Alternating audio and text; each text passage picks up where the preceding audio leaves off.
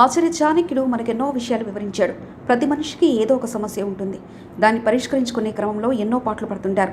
జీవితంలో పలు రకాల సమస్యలు ఎదురవడం సహజమే. కానీ కొందరు సమస్యల నుంచి గట్టెక్కుతారు, మరికొందరు అందులో పడి మునిగిపోతుంటారు, ఇంకొందరు తట్టుకోలేకపోతుంటారు.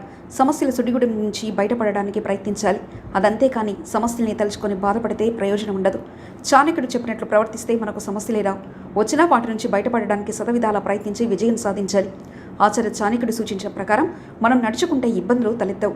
జీవితంలో సమస్యలు ఎదురైనప్పుడు ఆచార్య చాణక్యుడు చెప్పిన సూత్రాలను ఆచరిస్తే సరిపోతుంది. ఎలాంటి బాధల నుంచైనా బయటపడొచ్చు. దీనికోసం చాణక్యుడు 5 విషయాలు సూచించాడు.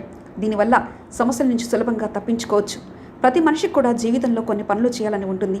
వాటి గురించి ఆలోచిస్తూ ఉంటాం. భవిష్యత్తులో ఏం చేయాలనుకుంటున్నాం అనేది ఎవరికి చెప్పకూడదు. మనమే నిర్ణయించుకోవాలి. ఎవరితోనూ పంచుకోకూడదు. మనలో మనమే తేల్చుకోవాలి. ఈ సూత్రాన్ని పాటిస్తే ఎంతటి సవాలనైనా సులభంగా ఎదుర్కోవచ్చు. ప్రతి ఒక్కరికి డబ్బు సంపాదించడం అవసరమే. జీవితంలో పలు పనుల కోసం డబ్బు అవసరం ఉంటుంది. అందుకే పొదుపు చేయకపోతే ఇబ్బందులు తప్పవు. మనం సంపాదించే సంపాదనలో ఎంతో కొంత దాచుకుంటే భవిష్యత్తులో అవసరాలకు ఉపయోగపడుతుంది. వేదాలు, శాస్త్రాలు చదివితే మంచి తెలివి వస్తుంది. దీంతో ఏది మంచి ఏది చెడు అనే విచక్షణ ఏర్పడుతుంది. పుస్తకాలు చదవడం వల్ల మనకు మంచి తెలివితేటలు ఏర్పడతాయి. చాణక్యుడు చెప్పిన సూత్రాల ప్రకారం నడుచుకుంటే ఇబ్బందులు రావు. జీవితంలో ఇది బాగా ఉపయోగపడుతుంది.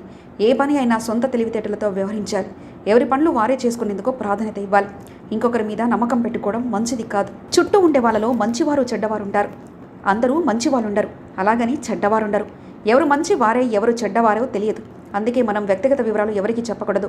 జాగ్రత్తగా ఉంటేనే మనకు మంచి జరుగుతుంది. అంతేకాని ఎవరికి పడితే వారికి మన వ్యక్తిగత విషయాలు వెల్లడించకూడదు. అందుకే మన జాగ్రత్తలో మనం ఉండడం మంచిది.